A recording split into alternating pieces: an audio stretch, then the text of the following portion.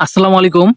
পাকিস্তানে আবারও তাদের দেশের ভিতরেই লড়াই করে বহুজন নিহত।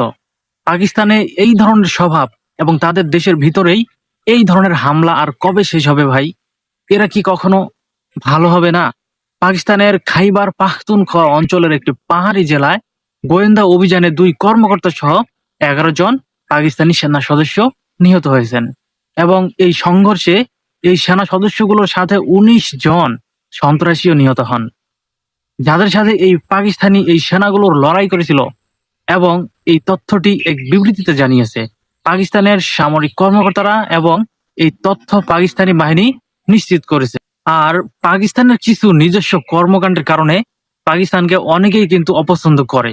আর তার মধ্যে অন্যতম একটি বিষয় হলো তাদের দেশের ভিতরে লাগাতার কিছুদিন পর পরই নানা ধরনের সমস্যা।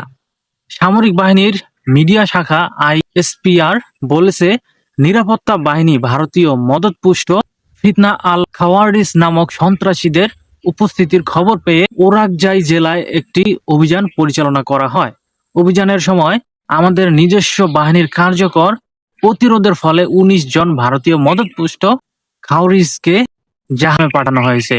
আর খাওয়ারিজ দ্বারা যাদের বোঝানো হয়েছে তারা পাকিস্তানের একটি নিষিদ্ধ সংগঠন যারা পাকিস্তান সেনাবাহিনীর বিরুদ্ধে সবসময় কার্যকলাপ করে। আর সচরাচর আমরা সকলেই জানি যে পাকিস্তানের যে কোনো ধরনের কোনো সমস্যা হলে সেটা কিন্তু ভারতের উপরে কিন্তু এক প্রকার দোষারোপ করা হয় এবং এতে ভারতের হাত থাকে কিনা জানি না, কিন্তু ভারতও কিন্তু সেম এই রকমই যে পাকিস্তানের ভিতরে কোনো সমস্যা হলে ভারতকে দোষারোপ করা হয় এবং ভারতের মাঝে যদি কোনো ঘটনা ঘটে তাহলে পাকিস্তানকে দোষারোপ করা হয়। তার মধ্যে আপনি যদি ভারতের দিকে তাকান, ভারতের ভিতরে কিন্তু সব সময় এরকম অভ্যন্তরীণ বিষয় সব সময় লেগে থাকে না।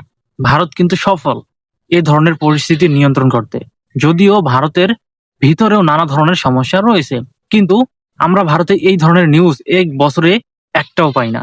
কিন্তু পাকিস্তানে আমরা কিছুদিন পর পরই এই ধরনের কিছু খবর পাই যা তাদের ভেতরে পরিস্থিতি সব সময় উত্তপ্ত করে রাখে। তবে যেটাই হোক, পাকিস্তানের থেকে ভারত কিন্তু তাদের দেশের ভিতরের অভ্যন্তরীণ যত সন্ত্রাসী দমন বিষয়গুলো আছে তারা কিন্তু এটা কিন্তু দমন করতে পেরেছে। কিন্তু আপনি যদি পাকিস্তানের দিকে তাকান, পাকিস্তান কিন্তু এটা কিন্তু পারেনি, কারণ পাকিস্তানের অভ্যন্তরীণ নানা ধরনের সমস্যা এবং এই সমস্যাগুলো প্রতিনিয়তই, যদিও না ঘটে মাসে ওরকম ২-৪টা ঘটনা ঘটে, যেটা পাকিস্তানের ইতিহাসে সবসময় এটা আমরা দেখে আসতেছি অনেকদিন আগে থেকে। আর পাকিস্তানের এই ধরনের পরিস্থিতি আদৌ কি কখনো কি ঠিক হবে? অবশ্যই আপনাদেরও মতামত কমেন্টে বলে যাবেন। তবে আমার তো মনে হয় না যে পাকিস্তান খুব দ্রুত এই বিষয়গুলো সমাধান করতে পারবে, কারণ তাদের নিজেদের ভিতরে নানা ধরনের সমস্যা। আর এই সমস্যাগুলো যদি পাকিস্তান খুব দ্রুত যদি সমস্যা এই সমাধান করতে না পারে তাহলে অবশ্যই পাকিস্তানে ভবিষ্যতে বড় ধরনের একটা ইফেক্ট পড়বে, যেটা পরবর্তীতে পাকিস্তান আফসোস করবে।